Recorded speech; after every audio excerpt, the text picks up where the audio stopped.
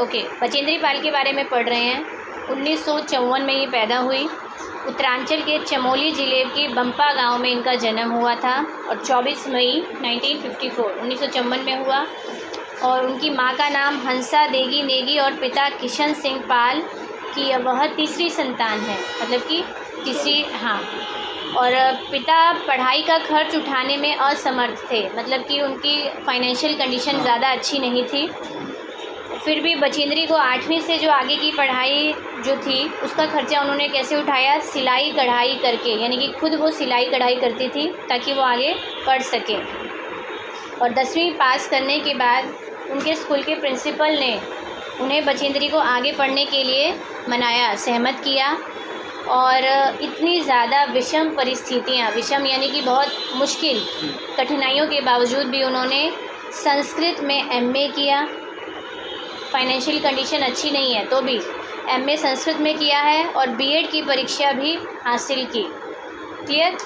फिर वो बोल रहे हैं कि अपने लक्ष्य के प्रति जो उनका समर्पण का भाव था, जो भी वो पाना चाहती थी, उनकी काफ़ी डेडिकेटेड थी।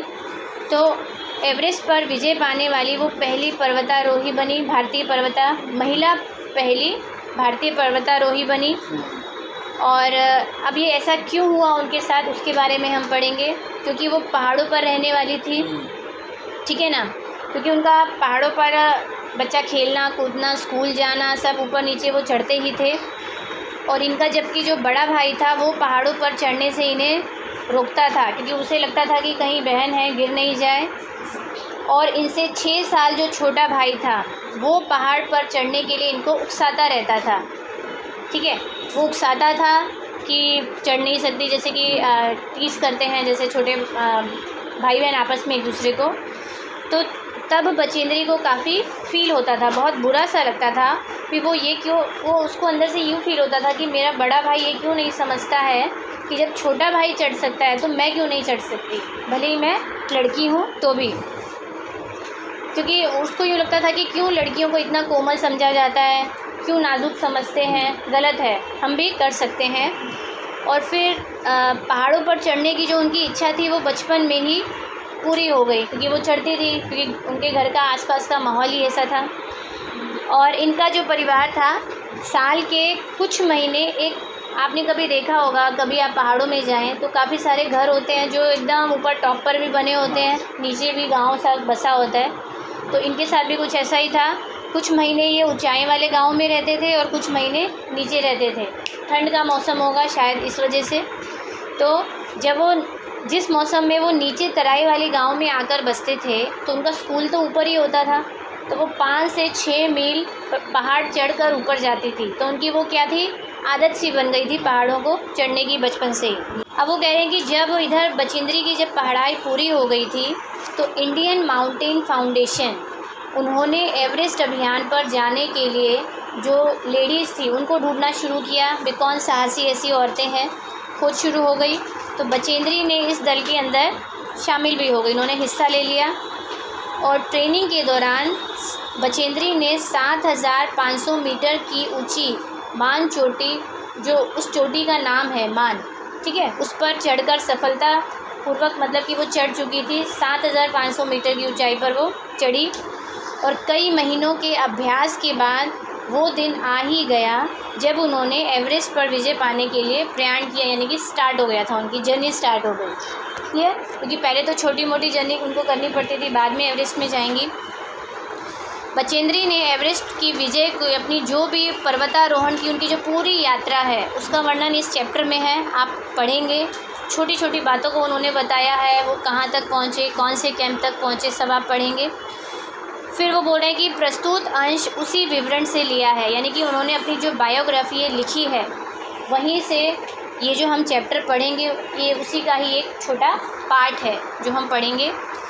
फिर वो बोल रहे हैं कि यह लोम हर्षक अंश, यानी कि जो खुशी वाला जो उनका अंश था, उनके अंतिम पड़ाव से शिखर तक पहुंचकर तिरंगा लहराने का पल पल का ब्यौरा दे रहा है, यानी कि उन्होंने हर छोटी छोटी बात को वहाँ पर दिखाया है, हमारे साथ साझा किया है। और इसे पढ़ते हुए ऐसा लगता है कि मान लो जब हम इस चैप्टर को पढ़ेंगे ऐसा लगेगा कि हम पाठक, मतलब पढ़ने वाला, वो भी कदम कदम पर बचेंद्री के साथ साथ चल रहा है, वो फील करेगा, क्योंकि जिस ढंग से वो बताते हैं हमें, और सभी खतरों को खुद झेलता हुआ एवरेस्ट पर जा रहा है। मतलब जो उस वहाँ पर खतरे हमें दिखाई जाएंगे, जो भी हम पढ़ेंगे, ऐसा लगेगा कि उन खतरों को हम खुद फील कर रहे हैं। क्लियर?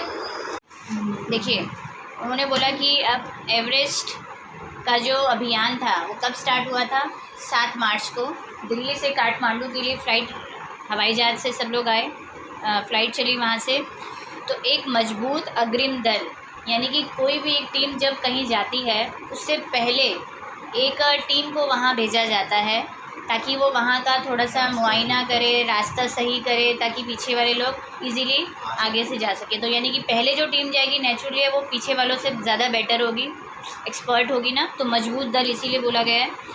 और वो हमारे बेस कैंप पहुंचने से पहले ही दुर्गम हिमपात के रास्ते को साफ़ कर सके। दुर्गम यानी कि जो मुश्किल हिमपात, यानी कि वहाँ पर जो बर्फ़, हाँ, स्नोफॉल हो रहा है, उस रास्ते को वो क्लियर कर सके। वो बोले कि नमचे बाज़ार, जहाँ ये लोग पहुँचे, शेरपा लैंड का सबसे महत्वपूर्ण नगरीय क्षेत्र है, यानी कि जो वहाँ का मेन बाज़ार है, नमचे बाज़ार है, जहाँ ये लोग जाते हैं। तो ज़्यादातर वहाँ पर जो शेरपा होते हैं, शेरपा आप समझते होंगे, हाँ, जो सामान, हाँ, कुली टाइप, करेक्ट। तो शेरपा जो होते हैं वो आसपास के गांव के होते हैं, उनके लिए एक तरह से क्या है, ये बिज़नेस है ना, ठीक है।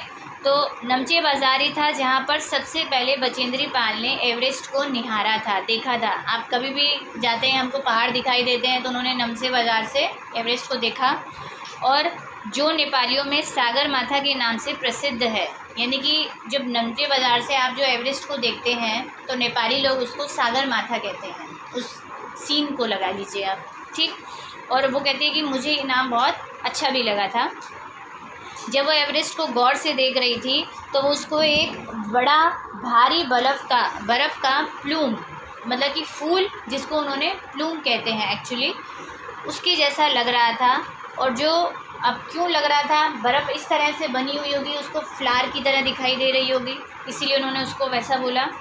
फिर है पर्वत शिखर पर लहराता हुआ एक ध्वज सा लग रहा था, मतलब कि ऐसा लग रहा था कि वो पर्वत के टॉप के ऊपर वो जो प्लूम फूल है वो एक झंडे के समान लहरा रहा है वहाँ पर। और उन्हें बताया गया था कि यह दृश्य जो है शिखर के ऊपरी सतह के आसपास 150 किलोमीटर अथवा इससे अधिक हवा चलने के कारण बनता है। मतलब 150 किलोमीटर प्रति घंटा की रफ्तार से जब हवा चलती है तो इस तरह का प्लूम बनता है, या इससे भी ज़्यादा ऑयली, इससे कम में नहीं, ठीक।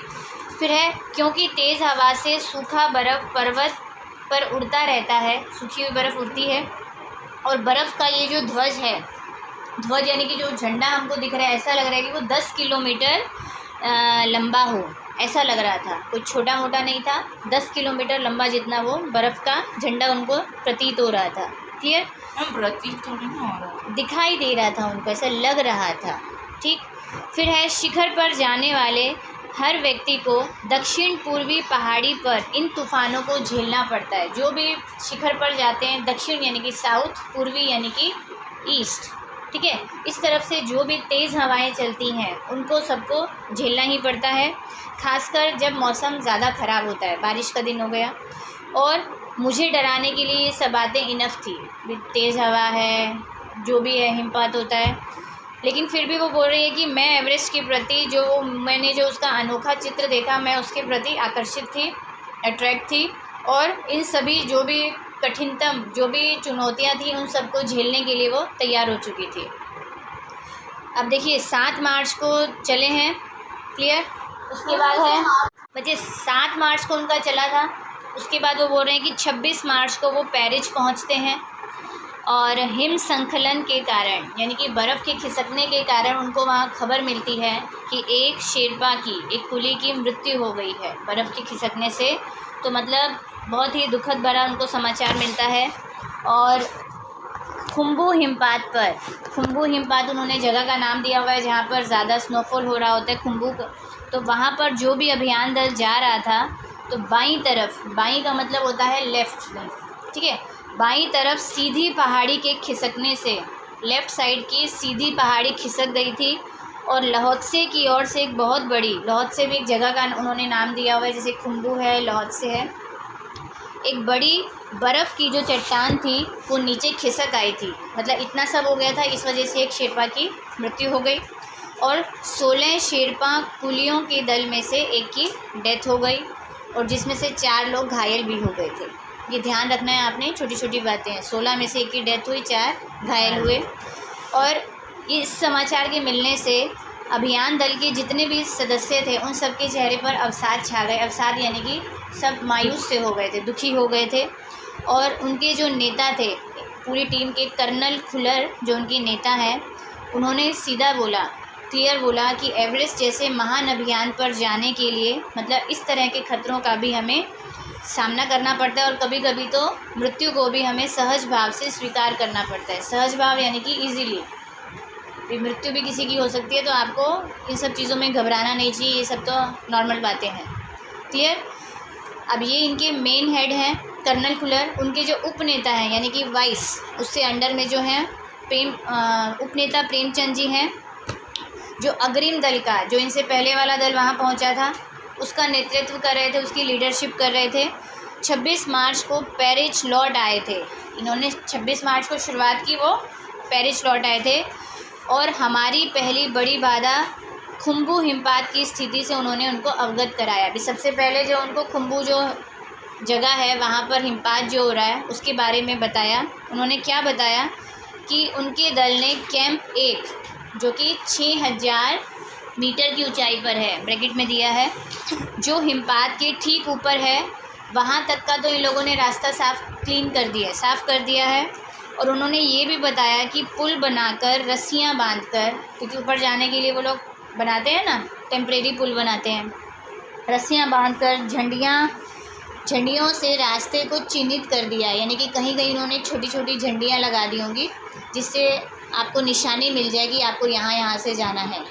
चिन्हित कर मतलब निशानियाँ हैं ये। मतलब सभी कठिनाइयों का उन्होंने जायज़ा लिया है। जायज़ा का मतलब होता है वहाँ पर उन्होंने वो सब चीज़ों का फेस टू फेस सामना किया है। क्लियर। उन्होंने ये भी बताया कि ग्लेशियर बर्फ़ की नदी है, वहाँ पर बर्फ़ की नदी थी जो कि पूरा बर्फ़ था, जिसको ग्लेशियर कहते हैं। और बर्फ़ का गिरना अभी भी जारी है, यानी कि बर्फ़ अभी भी गिर रही है, वहाँ पर हिमपात चालू है। और हिमपात की अनियमित और अनिश्चित बदलाव के कारण, यानी कि मौसम कभी भी बदल सकता है, कभी भी चेंजेस आ सकते हैं। और उन्होंने जो वहाँ पर पुल बनाए हैं या रस्सियाँ बांधी हैं या जो भी निशान लगाए हैं, वो उनके सारे काम व्यर्थ भी हो सकते हैं अगर मौसम ऐसा ही ख़राब रहा तो। क्लियर। उनकी सारी मेहनत पर पानी फिर सकता है और हमें रास्ता खोलने का काम दोबारा भी करना पड़ सकता है। क्लियर। यस। फिर है बेस कैंप में पहुंचने। जैसे ही वो बेस कैंप पहुंचे जहां से स्टार्टिंग था उनका ना, तो बेस कैंप से उनको वहां पर एक पहले से ही एक और बंदे की मृत्यु का समाचार भी मिल गया, जो कि कौन था? रसोई सहायक, रसोई था। और निश्चित रूप से मतलब कि वो आशाजनक स्थिति में नहीं चल रहे थे। पहले एक डेथ की खबर मिली, दूसरी मिली, अब मतलब कि वो एक होता है ना कि हम जिस जगह जा रहे हैं मौत भी आ सकती है, तो वो पॉजिटिव थिंकिंग फ़िलहाल नहीं थी उनकी। तो एवरेस्ट शिखर को मैंने पहले 2 बार देखा था, लेकिन एक दूरी से देखा था। कहाँ से? वो नमचे बाज़ार से देखा था ना।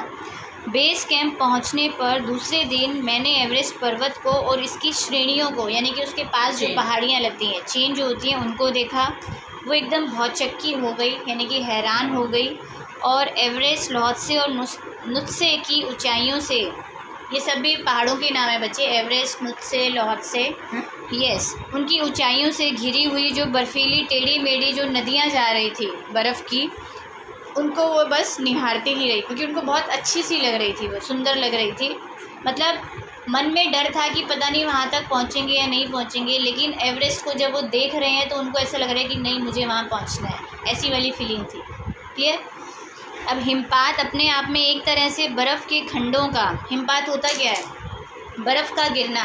वो अव्यवस्थित ढंग से गिरते हैं, सीधे सीधे तो गिरते नहीं हैं, कहीं से भी टेढ़े मेढ़े होकर, कहीं से भी आकर गिर जाते हैं।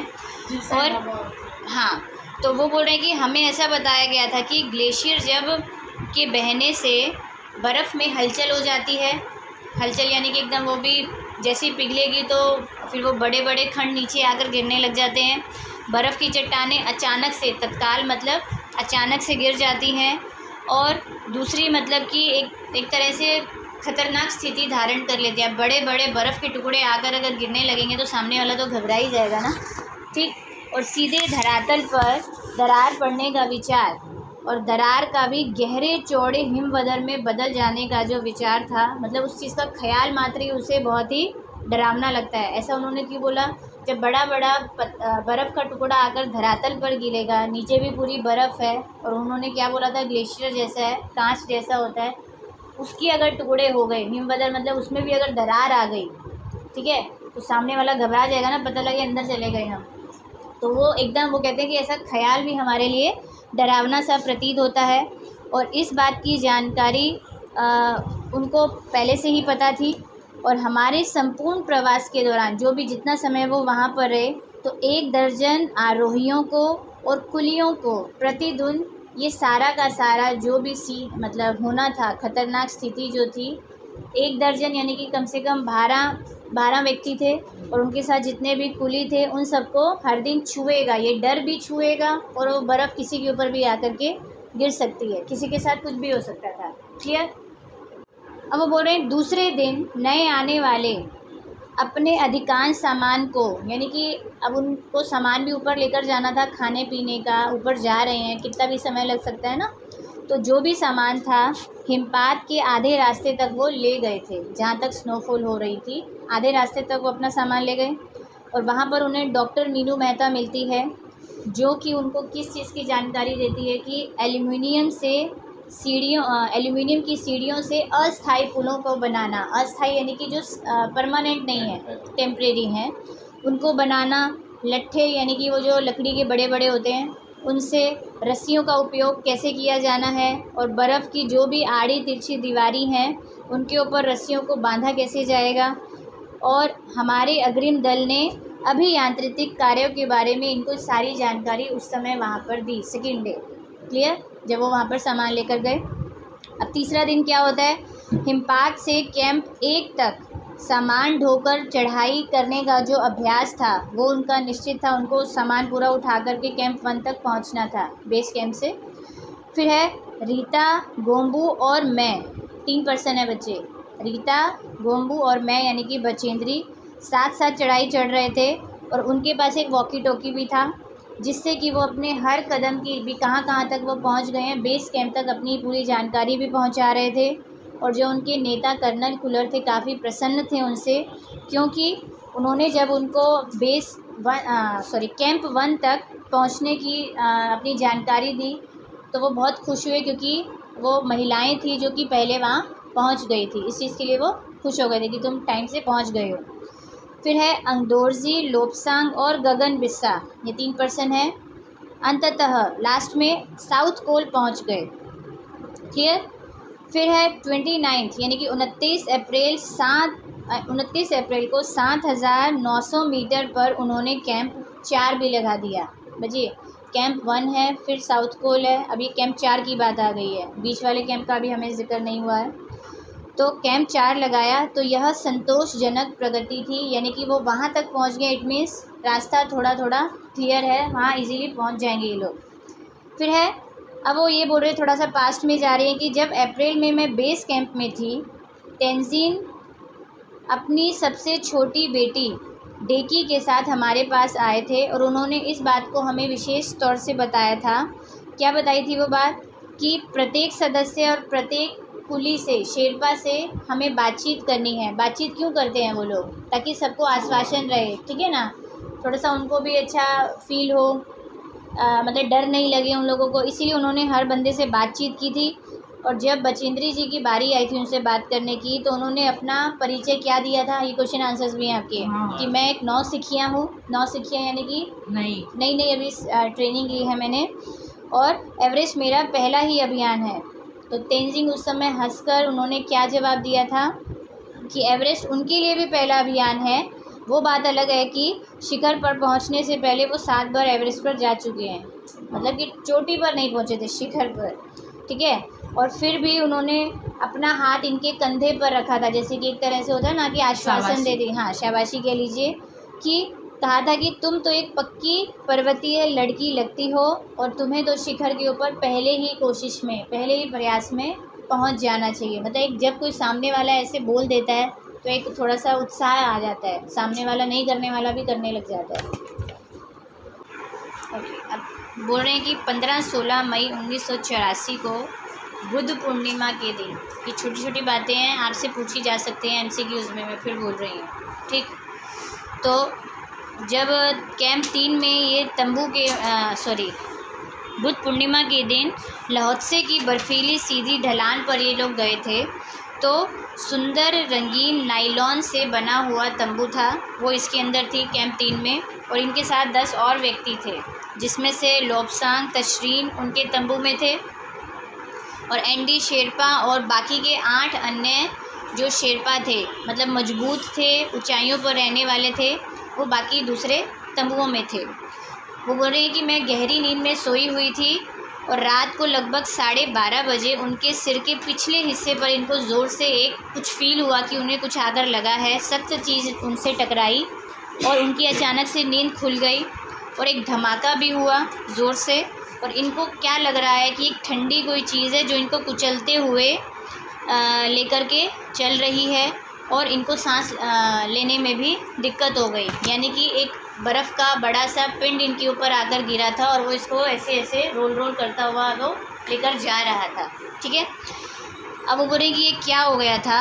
अचानक एक लंबा बर्फ़ का पिंड हमारे कैंप के ठीक ऊपर लाओत्से के ग्लेशियर से टूटकर इनके ऊपर आकर गिर गया था और अचानक विशाल बड़ा सा हिमपुंज, बर्फ़ का जो बड़ा सा वो एक तरह से पत्थर लगा लीजिए, विशाल का है, हाँ बड़ा सा, तो वो हिम खंडों, बर्फ़ के टुकड़ों और जमी हुई बर्फ़ के विशाल का इस पुंज ने, मतलब कि वो बर्फ़ के छोटे छोटे टुकड़े का आकर के गिरे, इतना बंदे को फील नहीं होता है। एकदम बड़ा सा कोई बर्फ़ का पूरा टुकड़ा आकर के उनके ऊपर गिर जाएगा तो मतलब इनके साथ क्या हो रहा था। इस बड़े से पुंज ने एक, जैसे कि तेज़ गाड़ी आती है, एक्सप्रेस ट्रेन आती है, उतनी तेज़ी के साथ और बहुत तेज़ गर्जना के साथ, जब कोई गिरता है तो आवाज़ भी बहुत तेज़ होती है, तो सीधी ढलान से नीचे आते हुए इनके पूरे कैंप को तहस नहस कर दिया, यानी कि नष्ट कर दिया था।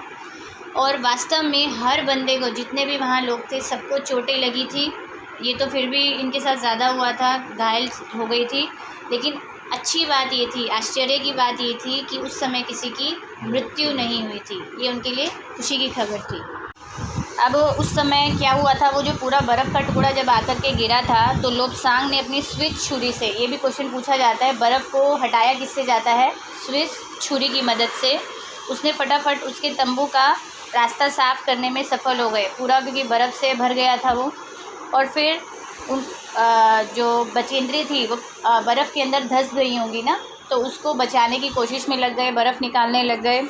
वो बोल रहे थे कि अगर थोड़ी सी भी देर हो जाती तो उसका सीधा अर्थ था मृत्यु, यानी कि बचेंद्री की वहाँ डेथ हो सकती थी, क्योंकि अगर आप बर्फ़ के अंदर फंस जाते हैं, निकलना अगर मुश्किल हो जाए तो बंदा वैसे ही ठंड में मर जाता है, ये सांस लेने में भी तकलीफ़ होती है।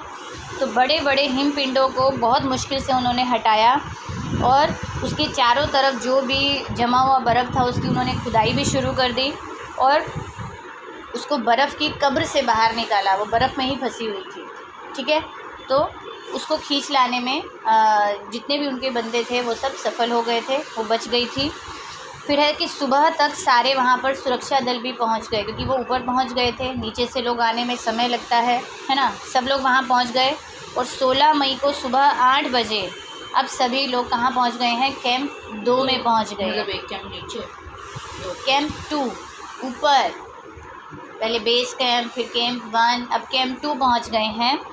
जिससे जिस शेरपा की टांग की हड्डी टूट गई थी जो भी ऊपर जाने में, तो खुद उन्होंने एक स्ट्रेचर बनाया था, क्योंकि वहाँ पर रेडीमेड तो वो डॉक्टर वाला तो होता नहीं है, वो लोग अपना टेम्परेरी स्ट्रेचर बनाते हैं, उसके ऊपर लेटाकर उसको नीचे लेकर आए। और नेता कर्नल खुलर ने कहा था कि इतनी ऊंचाई पर, इतने टॉप पर वो लोग पहुंच गए थे और इतना अच्छा सुरक्षा दल कर्मियों ने जो भी काम किया है, साहसिक कार्य किया है, वो एकदम अद्भुत था, बहुत ही उत्साहजनक था। फिर है कि जितने भी 9 पुरुष थे वहाँ पर जिनकी हड्डियाँ टूटी हैं या जिनको चोटें लगी थी, सबको उन लोगों ने बेस कैंप भेज दिया, नीचे भेज दिया। अब देखिए बंदे तो बहुत सारे इकट्ठे मिलकर जा रहे हैं ऊपर, लेकिन जिसके साथ जो भी प्रॉब्लम होती है वो ऊपर तक नहीं पहुँच पाता, फिर वो नीचे आ जाते हैं ना। तो धीरे धीरे बंदे भी कम होते जाते हैं ऊपर जाने वाले।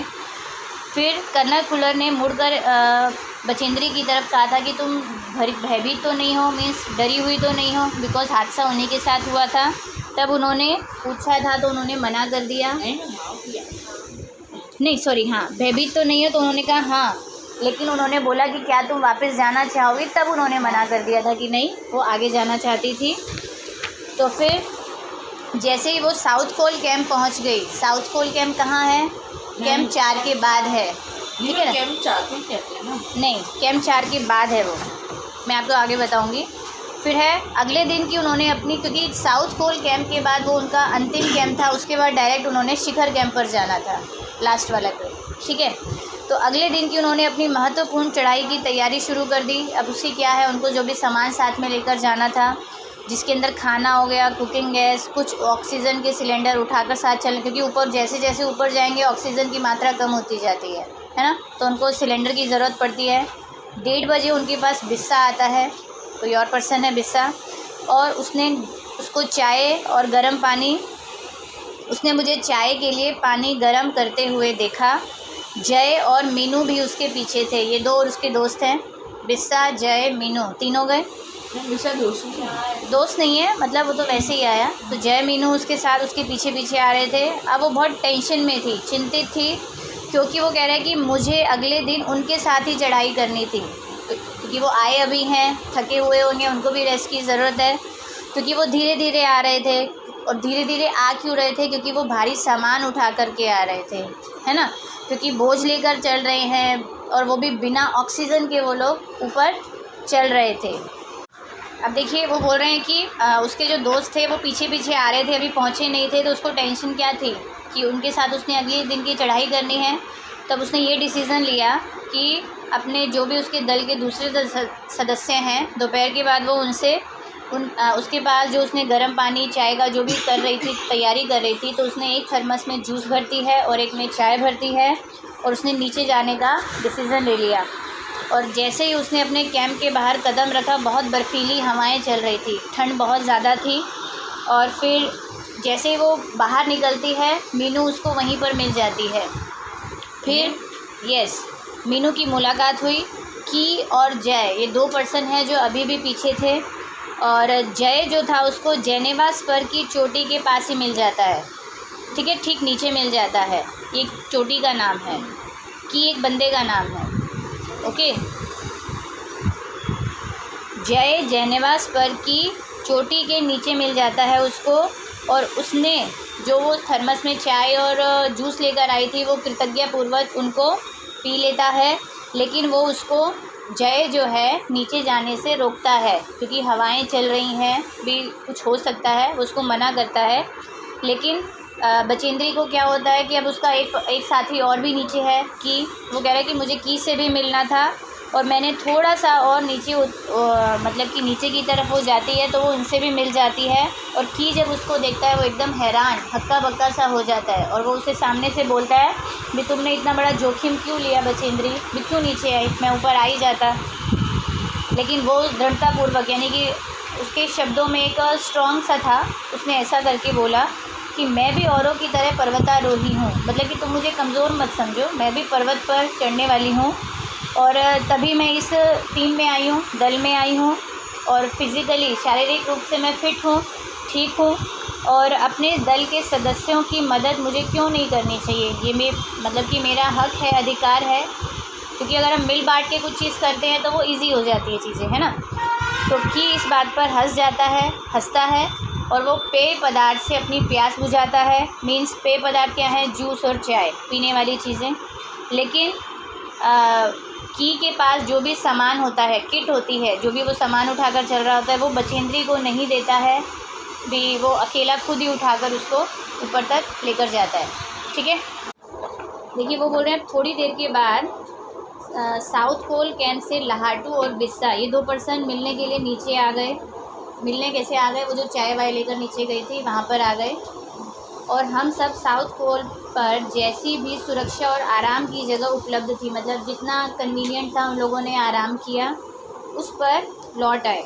साउथ पोल पृथ्वी पर बहुत अधिक कठोर जगह के नाम से प्रसिद्ध है, यानी कि बाकी सब जगह बर्फ़ वगैरह होती है, लेकिन साउथ पोल कैंप ऐसी जगह होएगी जहाँ पर कठोर स्थिति है, मतलब कि वहाँ बर्फ़ के खिसकने का नहीं होगा डर, जो भी है वो काफ़ी कठोर जगह मानी जाती है। अब अगले दिन वो लोग 4 बजे उठ जाते हैं, बर्फ़ को पिघलाते हैं चाय बनाने के लिए। पानी तो होता नहीं उनके पास, पानी होगा भी वो भी बर्फ़ ही बन जाएगा क्योंकि ठंडी इतनी है वहाँ पर। चाय बनाते हैं, बिस्किट खाते हैं, आधी चॉकलेट का बस इतना हल्का फुल्का वो नाश्ता करते हैं और 5:30 बजे वो अपने तंबू से निकल पड़ते हैं। बाहर आए, अंगदोर्जी को उन्होंने बाहर देखा और कोई आसपास नहीं था क्योंकि बाकी सब रेस्ट कर रहे होंगे, ठीक है। अब अंगदोर्जी के बारे में क्या है, वो ऊपर की शिखर तक की चढ़ाई को वो बिना ऑक्सीजन के करने वाला था, जो कि बहुत बड़ी बात है क्योंकि ऊपर तो वैसे ही ऑक्सीजन कम होती है। लेकिन अगर वो बिना ऑक्सीजन के चढ़ता है तो उसके पाँव भी ठंडे पड़ जाते हैं, ठीक।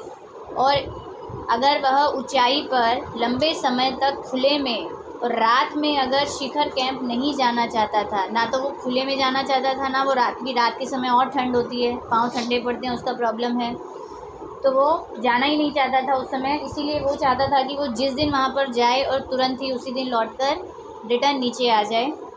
सेम डे वो ये सब काम करना चाहता था, या फिर वो अपनी कोशिश ही छोड़ देना चाहता था कि वो जाए ही नहीं, क्योंकि वो ऊपर नहीं रह सकता था ठंड के कारण। और वो चाहता था कि मैं अभी ही चढ़ाई शुरू कर दूँ। तब की बात है ये, 5:30 बजे की बात है ना। तो उसने बचेंद्री से, अंगदोर्जी ने बचेंद्री से पूछा कि क्या मैं उसके साथ ऊपर चलना चाहूँगी। और एक ही दिन में साउथ पोल से चोटी तक जाना और वापस आना बहुत कठिन कार्य होगा और श्रम साध्य है। श्रम साध्य यानी कि बहुत ही मेहनत भरा काम होगा।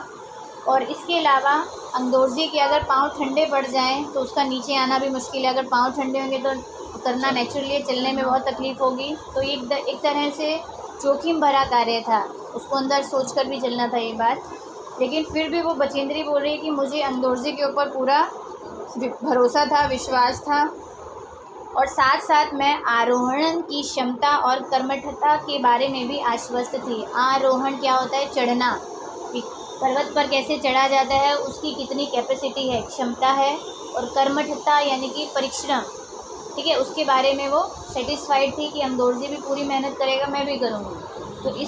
तो वो बोल रहे हैं कि लेकिन कोई दूसरा व्यक्ति इस समय हमारे साथ चलने के लिए तैयार ही नहीं था। क्लियर। अब सुबह की 6:20 हो गई है, 5:30 से। अंगदोर्जी और बचेंद्री जो है साउथ पोल से बाहर आ जाते हैं तो दिन ऊपर चढ़ आता है, यानी कि सूरज निकल आता है।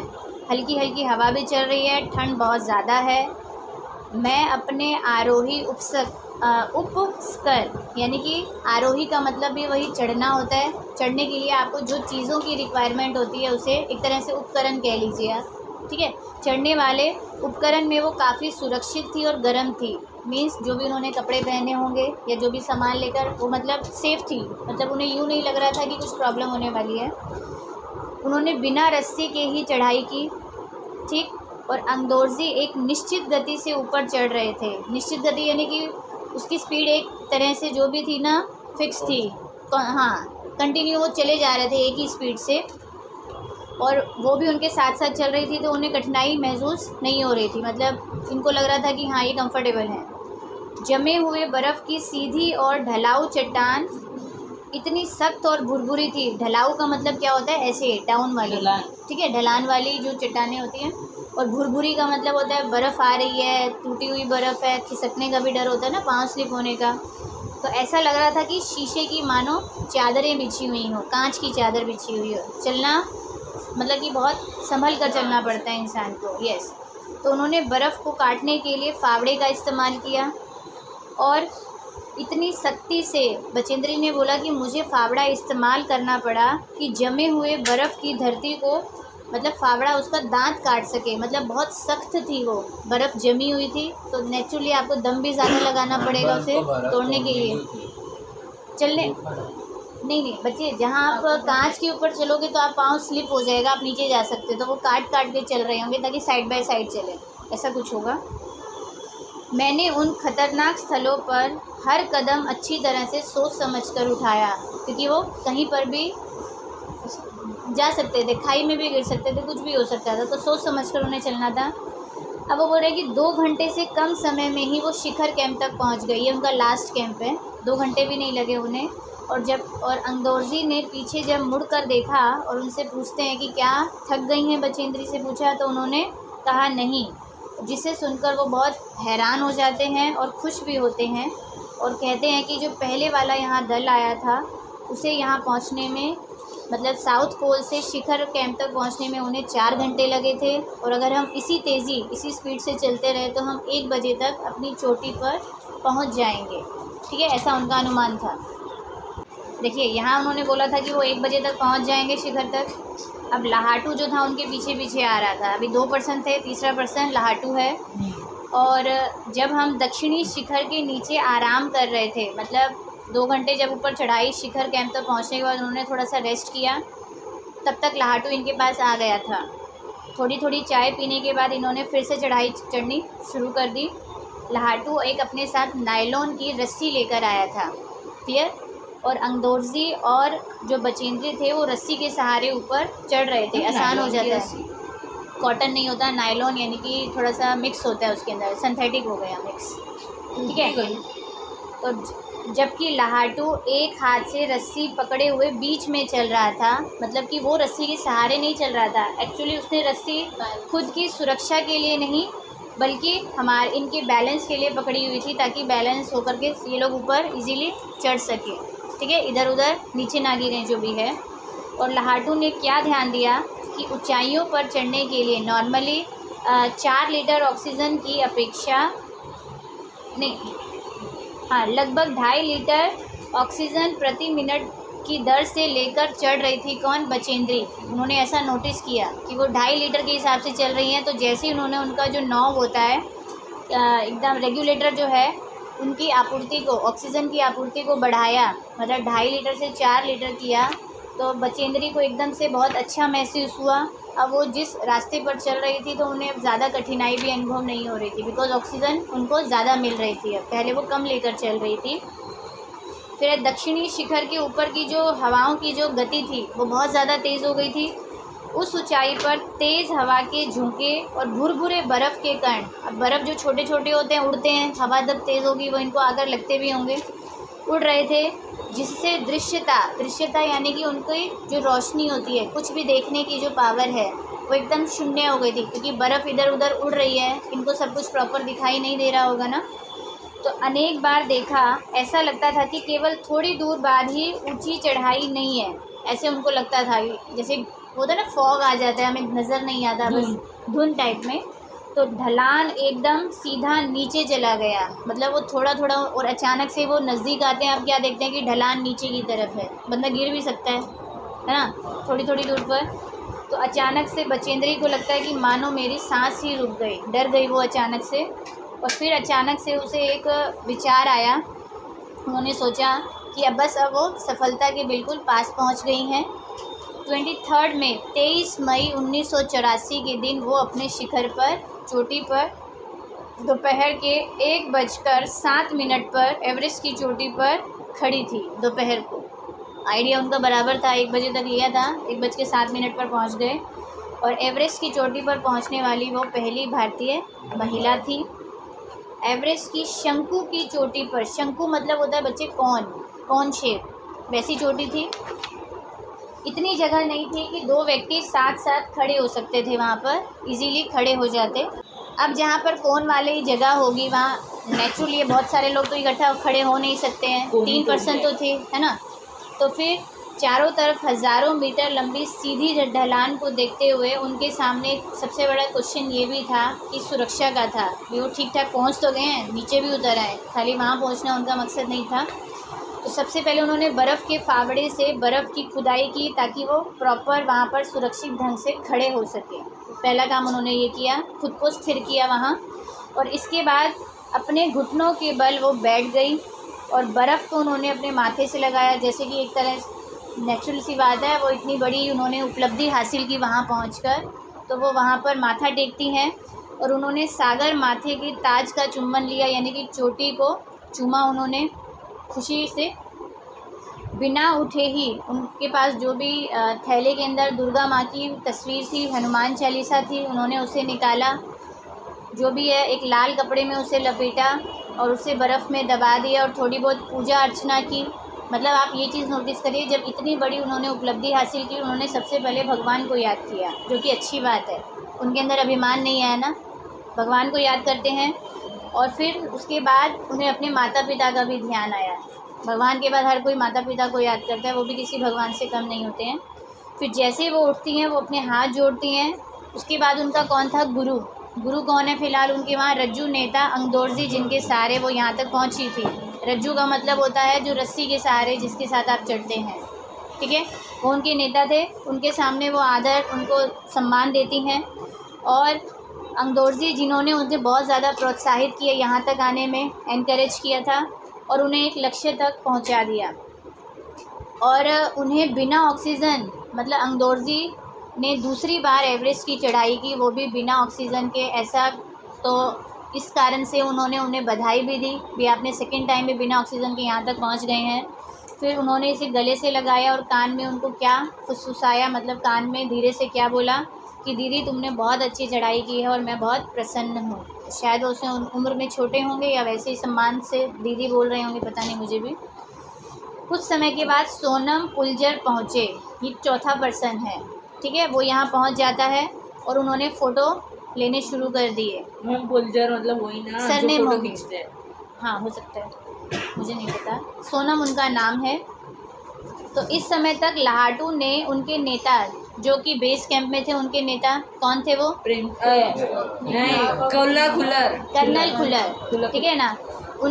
इन चारों के वहाँ पहुँचने की सूचना लाहाटू ने अपने नेता को दे दी और तब उनके हाथ में वॉकी टॉकी दिया, क्योंकि फ़ोन तो वहाँ काम करते नहीं है ना। तो वॉकी टॉकी से कर्नल खुलर ने इनकी सफलता के लिए बहुत ज़्यादा खुश थे और उन्होंने बधाई देते हुए क्या लाइनें बोली थी, आपको ये याद रखनी पड़ेंगी बच्चे लाइनें, कि मैं तुम्हारी इस अनूठी यानी कि अनोखी उपलब्धि से बहुत ज़्यादा प्रसन्न हूँ और मैं तुम्हारे माता पिता को बधाई भी देना चाहता हूँ। अब उन्होंने क्या बोला, ध्यान से समझिएगा, कि वो बोले कि तुम देश को तुम्हारे ऊपर गर्व है, बिकॉज़ तुम पहली भारतीय महिला हो, एक इस कारण से। और वो बोल रहे हैं कि अब तुम जिस संसार में वापस जाओगी, अब कोई बंदा किसी के ऊपर फर्स्ट की उपलब्धि आ जाती है, तो जब वो वापस जाता है तो उसकी दुनिया वैसी नहीं होती है, वो नॉर्मल लाइफ नहीं, एक तरह से वो क्या बन जाता है? सेलिब्रिटी बन गया। सेलिब्रिटी हो गए, रईस नहीं, सेलिब्रिटी। रईस का मतलब होता है जिसके पास पैसा बहुत है, वो तो बाद में आता है। तो अब तुम जो संसार पीछे छोड़ कर आई थी, अब तुम्हें वैसा नहीं मिलेगा, वो एकदम तुमसे पहले जैसे नहीं होगा, बिल्कुल अलग होगा, ठीक है। चैप्टर में कोई डाउट? टफ इतना नहीं था, इसको एक दो बार पढ़ेंगे तो और अच्छे से हो जाएगा, कोई दिक्कत आने वाली है नहीं, ठीक है। क्वेश्चन आंसर्स के लिए मैं बार बार बोलना चाहूँगी, मुझे बार बार बोलना चाहूँगी कि चैप्टर को हो सके तो 2 बार पढ़ लो, 3 बार पढ़ लो। क्वेश्चन आंसर्स को रटने मत बैठना, वैसे ही अपने आप दे पाओगे, ठीक है। आज रटोगे कल तक भूल जाओगे, कोई मतलब नहीं है, क्लियर? चलिए, चैप्टर बच्चे अब आपका फिनिश हो गया है। जो भी डाउट है आप पूछ सकते हैं, बाकी क्वेश्चन आंसर्स हम क्लास में डिस्कस करेंगे। Good bye, take care.